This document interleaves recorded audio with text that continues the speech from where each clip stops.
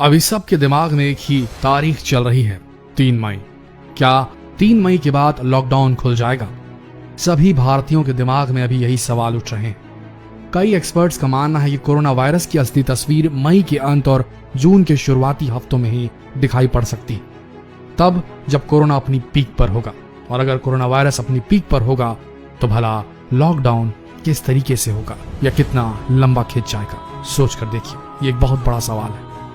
बहुत से वैज्ञानिक इसी सवाल के उत्तर को ढूंढने में लगे हैं। अमेरिका की द बॉस्टन कंसल्टिंग ग्रुप यानी कि BCG ने द जॉन हॉपकिंस यूनिवर्सिटी के डेटा के आधार पर दुनिया के 20 देशों का कोरोना चार्ट तैयार किया है। इस चार्ट के मुताबिक चीन को छोड़कर बाकी देशों में जुलाई से पहले लॉकडाउन खोलना संभव नहीं है, लेकिन अगर लॉकडाउन हटा दिया जाता है, चाहे किन्हीं भी वजहों से हो, हालात बेकाबू हो सकते हैं। तब बॉस्टन कंसल्टिंग ग्रुप के हिसाब से ऐसा अनुमान लगाया जा रहा है कि भारत में लॉकडाउन सितंबर तक खोलना ही सेफ हो सकता है, लेकिन अगर उसके पहले लॉकडाउन हटा दिया जाता है तो भारत की मेडिकल व्यवस्था को देखते हुए कोरोना के मरीजों की भारी वृद्धि हो सकती है। BCG ने ये रिपोर्ट अब तक के हालातों को देखते हुए बनाए और इसी रिपोर्ट के आधार पर कहा जा रहा है कि लॉकडाउन अगर सितंबर से पहले खोला गया तो भारी तबाही हो सकती है भारत पे। BCG की इस रिपोर्ट में हर देश के आंकड़े हैं, कौन से देश में कब कोरोना मरीज पाया जाएगा, कब उस देश में सबसे ज्यादा मरीज संक्रमित होने वाले हैं, और इसी डाटा के आधार पर सारे अनुमान लगाए जा रहे हैं।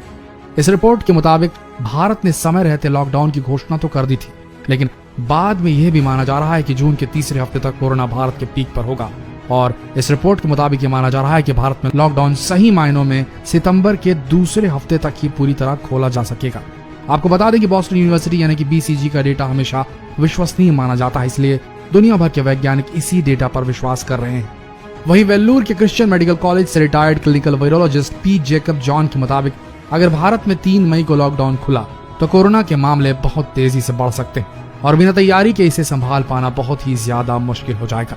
3 मई तक लॉकडाउन आसानी से हटाया जा सकता था अगर वक्त रहते वेंटिलेटर, PPE किट और क्वारंटीन सेंटर बना लिए जाते तो, लेकिन आज के हालातों को देखते हुए अगर लॉकडाउन जल्दी से खोला गया तो मुसीबतें और बढ़ सकती।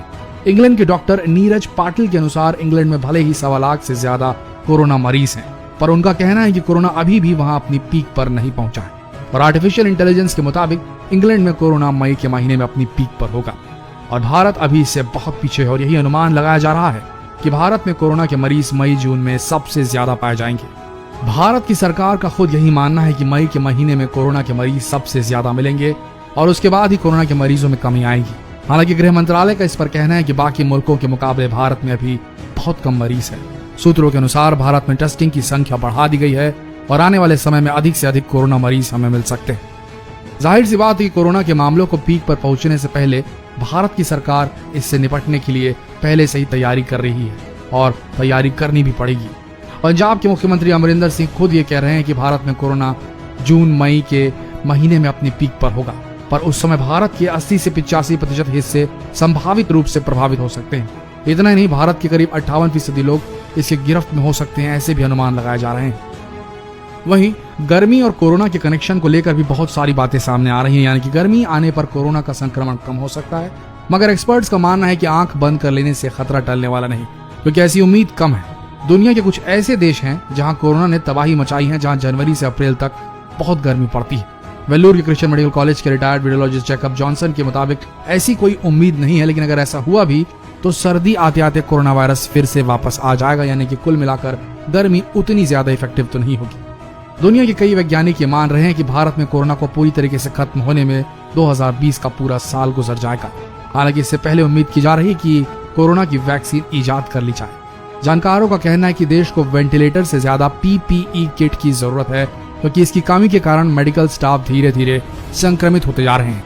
इससे पहली समस्या ये आएगी कि हमारे मेडिकल स्टाफ ऐसे मरीजों को देखने से पीछे हटने लगेंगे, और दूसरी समस्या ये आएगी कि मरीजों को देखने के लिए डॉक्टर्स की कमी ही नहीं होगी, बल्कि अगर डॉक्टर संक्रमित हो गए या मेडिकल स्टाफ संक्रमित हो गया तो वो जितने पेशेंट्स देखेगा उन सबको भी संक्रमित कर सकता है और फिर वो बाहर जाकर कम्युनिटी में जाकर, समुदाय में जाकर और भी ज्यादा इन्फेक्शन फैला सकते हैं और ये बहुत घातक हो जाएगा। इसीलिए वेंटिलेटर से ज्यादा हमारे देश को पर्सनल प्रोटेक्टिव इक्विपमेंट PPEs की जरूरत है, जो डॉक्टर्स, नर्सेज और सारे मेडिकल स्टाफ के लिए बहुत जरूरी है, अन्यथा वो ही संक्रमित हो जाएंगे और कम्युनिटी लेवल तक के पहुंच जाएगा भारत में संक्रमण। यही गलती इटली, फ्रांस, जर्मनी और अमेरिका जैसे देश कर चुके हैं, जो वेंटिलेटर पर ज्यादा तरजीह दे रहे थे, उसे ज्यादा इंपॉर्टेंस दे रहे थे और पीपी किट्स जैसी चीजों को नीचे रख रहे थे अपनी प्रायोरिटी में, अपनी प्राथमिकता में, और उन्हें आज नतीजा भुगतना पड़ रहा है।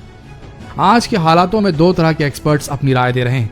एक ग्रुप एक्सपर्ट्स का यह कहता है कि लॉकडाउन बहुत जरूरी है और इसे 3 मई के बाद भी एक्सटेंड करना चाहिए, और दूसरा ग्रुप जो एक्सपर्ट्स का है वो विरोध में है कि अगर लॉकडाउन नहीं खुला तो अर्थव्यवस्था देश की पूरी तरह चरमरा जाएगी और कई लोग भूखे मर जाएंगे, बहुत सारे बिजनेसेस बंद हो जाएंगे।